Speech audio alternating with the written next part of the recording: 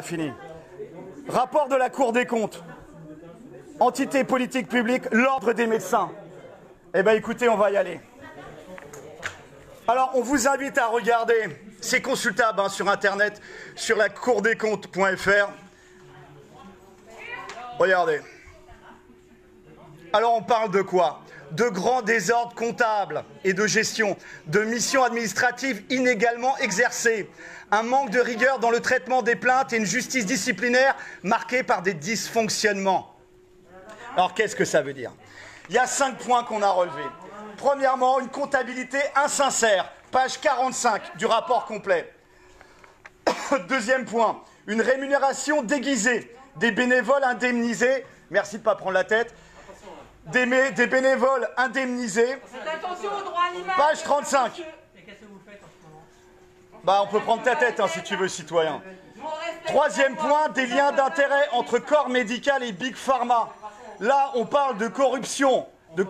Ils sont invités dans des séminaires à Palm Beach, à Hawaï, à Bangkok même. Bizarre, ça, des séminaires à Bangkok. Ils dénoncent aussi ce rapport de la Cour des comptes. Ils dénoncent des recrutements familiaux. Ça s'appelle du népotisme.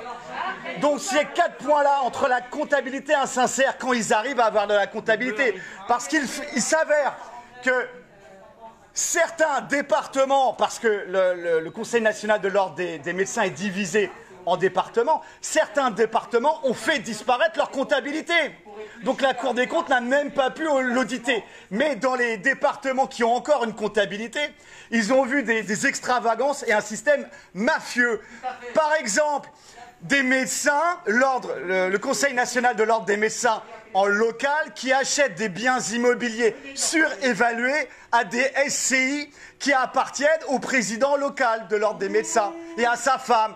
Et tout ça est dans le rapport de la Cour des comptes. Voilà. Tout ça, c'est en ligne.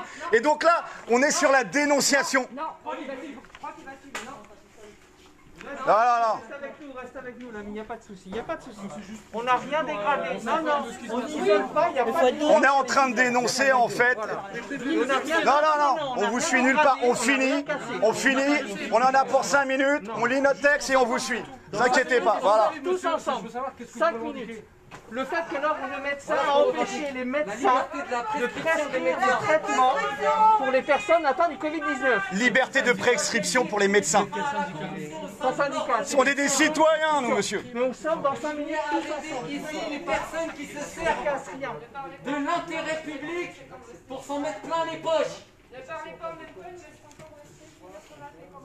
Moi, je demande au procureur d'ouvrir une enquête et de délivrer aux gardiens de la paix compétents des commissions rogatoires nécessaires pour rester en justice le CNOM pour corruption, non-dénonciation de délits, crimes et pour toutes les plaintes classées en doléances sur les abus sexuels et autres, d'après le rapport de la Cour des comptes du 9 décembre 2019. Effectivement, merci citoyenne. Et on arrive au 5e point, et peut-être le point le plus important, parce que là on parlait argent, on parlait pratiques mafieuses qui ont été dénoncées par la Cour des comptes.